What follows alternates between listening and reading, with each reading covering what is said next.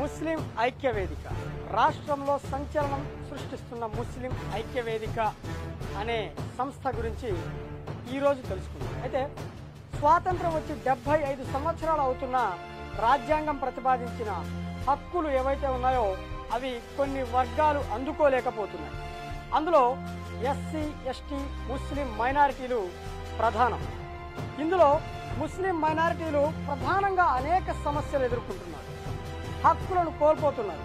భారతదేశ జనాభాలో దాదాపు 18% ఉన్నటువంటి ముస్లింలు ఈరోజు రాజకీయంగా, ఆర్థికంగా, సామాజికంగా వెనుకబడిపోయి ఉన్నారు. రాష్ట్ర వ్యాప్తంగా సంచలనం సృష్టిస్తున్న ముస్లిం ఐక్య వేదిక అనే ఈ సంస్థ రాష్ట్రంలోని ముస్లిం సమాజం కోసం కృషి చేస్తాం అంటోంది. జాఫర్ కులీ ముస్లిం ఐక్య వేదిక రాష్ట్ర అధ్యక్షుడిని. ఆత్మీయ సోదర సోదరీమణులకు ఈరోజు యావత్ ఆంధ్రప్రదేశ్లోని ప్రతి ముస్లిం కుటుంబం ఈరోజు సూర్యోదయం కోసం ఎదురు చూసింది. ఎందుకంటే ముస్లిం సామాజిక అభివృద్ధి కోసం ముస్లిం సామాజిక వర్గంలో విప్లవాత్మకమైనటువంటి మార్పుల ద్వారా సామాజిక అభివృద్ధి సాధించాలనే లక్ష్యంతో ఒక ఉన్నతమైనటువంటి లక్ష్యాలతో ఈ ముస్లిం ఐక్య వేదిక ఏర్పడింది. అలాగే ఈ పార్టీలకు ఎదురు చూస్తుంటావా? ఈ పార్టీలకు వచ్చే రోజున మనకు న్యాయం చేస్తాయా? ఇవాళ ఇక్కడ శ్రీపాద హోటల్లో మేము ఐక్య వేదిక అని అందరు ముస్లింస్ ఒక చోట కలిసాము. కావాలంటే మనను ఐక్యత తీసుకుని రావాలి. రాబోయే 24లో మనము రాజకీయంగా ముందుకు పోతూ ప్రతి ఒక్కరము ఐక్యతతో ముందుకు సాగే ప్రయత్నం. 15 సీట్లలో అనేక అసెంబ్లీ స్థానాలు, అదేవిధంగా పార్లమెంట్ గెలిచే స్థానాలున్నా మనం గెలుచుకోలేకపోతున్నాం. అది నీది తప్ప, నాది తప్ప, మన జమాతులది తప్ప, లేకపోతే మనలో ఐక్యత లోపం అనేటటువంటి విషయాలు ప్రతి ఒక్క ముస్లిం అర్థం చేసుకోవాలి. అదేవిధంగా ఐకమత్యమే మహాబలం అన్న కాన్సెప్ట్ తోనే రాజకీయాలకు అతీతంగా, జమాతులకు అతీతంగా ఏర్పడ్డ ముస్లిం ఐక్య వేదిక. దయచేసి మీరు ఏ రాజకీయంలోనైనా సరే ఉండండి, ఏ పార్టీలోనైనా ఉండండి, ఒక్కటే మీరు గెలవాలి, మీరు పార్లమెంట్ అసెంబ్లీలో ఉండాలి. అదే మా కాన్సెప్ట్, అది తప్ప వేరేది కాదు. ఆంధ్రప్రదేశ్ ఇక్కడ ఉన్న పరిస్థితుల్లో 22 ఎమ్మెల్యేలు మనకి గెలిచే ఛాన్స్ ఉన్న ఎమ్మెల్యే నియోజకవర్గాలు ఉన్నాయి. ఆంధ్రప్రదేశ్ ప్రజల ముందుకొచ్చింది ముస్లిం ఐక్య వేదిక. అసలు ఈ ముస్లిం ఐక్య వేదిక యొక్క లక్ష్యము, దీని పనితీరు, వర్తమాన రాజకీయ ముఖ చిత్రంలో వీరి పాత్ర ఏంటి, రాబోయే ఎన్నికల్లో వీరి ప్రభావం ఎవరిపై పడబోతోంది, ఎంత మేరకు వీరి ప్రభావం ఉండబోతోంది అనేది పరిశీలిద్దాం. ఈ ముస్లిం ఐక్య వేదికతో కలిసి నడిచే వాళ్ళు ఎవరు, వీరి వెనక ఉన్న బలం ఏంటి, బలహీనతలు ఏంటి, ఏ లక్ష్యం కోసం వీళ్ళు పనిచేస్తున్నారు అనే విషయాలన్నీ ఈ స్టోరీలో చూద్దాం.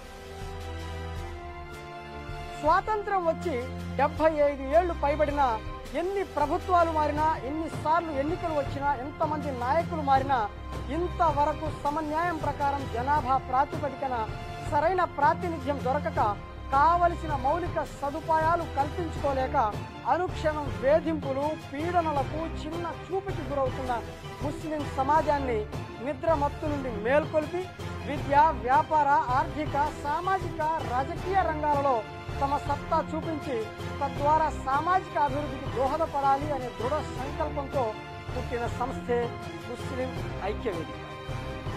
అయితే ఈ ముస్లిం ఐక్య వేదికలో కూడా అనేక లుకలుకలు ఉన్నట్టు సమాచారం. ఇందులో అన్ని రాజకీయ పార్టీల వ్యక్తులు, అన్ని జమాతుల వారు ఉండటం, నిస్వార్థంగా ముస్లిం కమిటీ అన్ని రంగాలలో అభివృద్ధి చెందించి రంగనాథ్ మిశ్రా కమిటీ, అలాగే సచార్ కమిటీ నివేదికల ప్రకారం ప్రతిఫలం అందించే విధంగా, సాధించే దిశగా కృషి చేస్తున్నారు. ఇదంతా బాగానే ఉంది. కానీ కొద్దిమంది ఈ ముస్లిం ఐక్య వేదికలో చేరి సంఖ్యాబలాన్ని పెంచి తమ స్వార్థ రాజకీయాలకు వ్యక్తిగతంగా వినియోగించుకొని సాంప్రదాయ పార్టీలను మెప్పించి ముస్లిం ఐక్య వేదికను సాకుగా చూపి తమ వ్యక్తిగత ప్రయోజనాలకు వాడుకుంటారేమో, వాడుకోగలుగుతారేమో, వాడుకునే అవకాశాలున్నాయేమో అని ప్రజల్లో ఒక రకమైన ప్రశ్న కూడా లేస్తుంది. రాష్ట్రంలో ముస్లింలందరూ ఒక్కతాటిపైకి రావాలి అనే కోరిక ముస్లిం సమాజంలో బలంగా ఉంది. ఈ దిశగా ముస్లిం ఐక్య వేదిక కృషి చేస్తే లక్ష్యాన్ని సాధించడం సాధ్యమే. మనం గమనిస్తే రాష్ట్రంలో ముస్లిం జనాభా అధికంగా ఉన్న నియోజకవర్గాల్లో 40కి పైగా ఉంది. ఈ నియోజకవర్గాల్లో ముస్లిం ప్రజల్లో చైతన్యం తీసుకొచ్చి అక్కడి వారితో క్యాండిడేట్స్గా ముస్లిం అభ్యర్థులను ఏ పార్టీ నుంచి అయినా సరే సీట్లు పొంది గెలిపించుకునేలా ప్రయత్నం చేయాలి. తద్వారా రాష్ట్రంలోని 175 నియోజకవర్గాలలో దాదాపు 35 నుండి 40 సీట్లు గెలిచే అవకాశాలు స్పష్టంగా కనిపిస్తున్నాయనేది వీరి వాదన. ఇది జరిగితే ఏ పార్టీ అధికారంలో ఉన్నా సరే ఈ 40 మంది చట్టసభల్లో ప్రాతినిధ్యం వహిస్తే ఏ పార్టీ అయినా వీరి నిర్ణయానికి కట్టుబడి ఉండే అవకాశం ఉంది. ఏ పార్టీ అయినా వీరి డిమాండ్లకు దిగి రావాల్సిందే అనేది వీరి లక్ష్యం. అయితే వీళ్ళు ఈ ముస్లిం జనాభా అధికంగా ఉన్న నియోజకవర్గాల్లో అక్కడ ఉన్న ప్రజలని ఎలా కలుపుకుపోబోతున్నారు, అక్కడ అభ్యర్థులను ఎలా ఖరారు చేస్తారు, భేదాభిప్రాయాలు రాకుండా ఎమ్మెల్యే అభ్యర్థులను ఎలా డిసైడ్ చేస్తారు అనేది వీరి ముందున్నటువంటి సవాలు. అయితే ఈ ప్రకారంగా అసెంబ్లీలో ముస్లిం సంఖ్యాబలాన్ని పెంచుకుంటే రాజ్యాధికారం సాధించినట్లే. ఇదే విధంగా కేంద్రంలో కూడా ప్రయత్నం చేస్తే దేశవ్యాప్తంగా రాజకీయాల్లో చక్రం తిప్పవచ్చు అనేది వీరి యొక్క లక్ష్యం. ఐక్యవేదిక సుదీర్ఘ పయనం ప్రశ్నార్థకమవుతోందన్న అనుమానాలు కూడా వ్యక్తమవుతున్నాయి.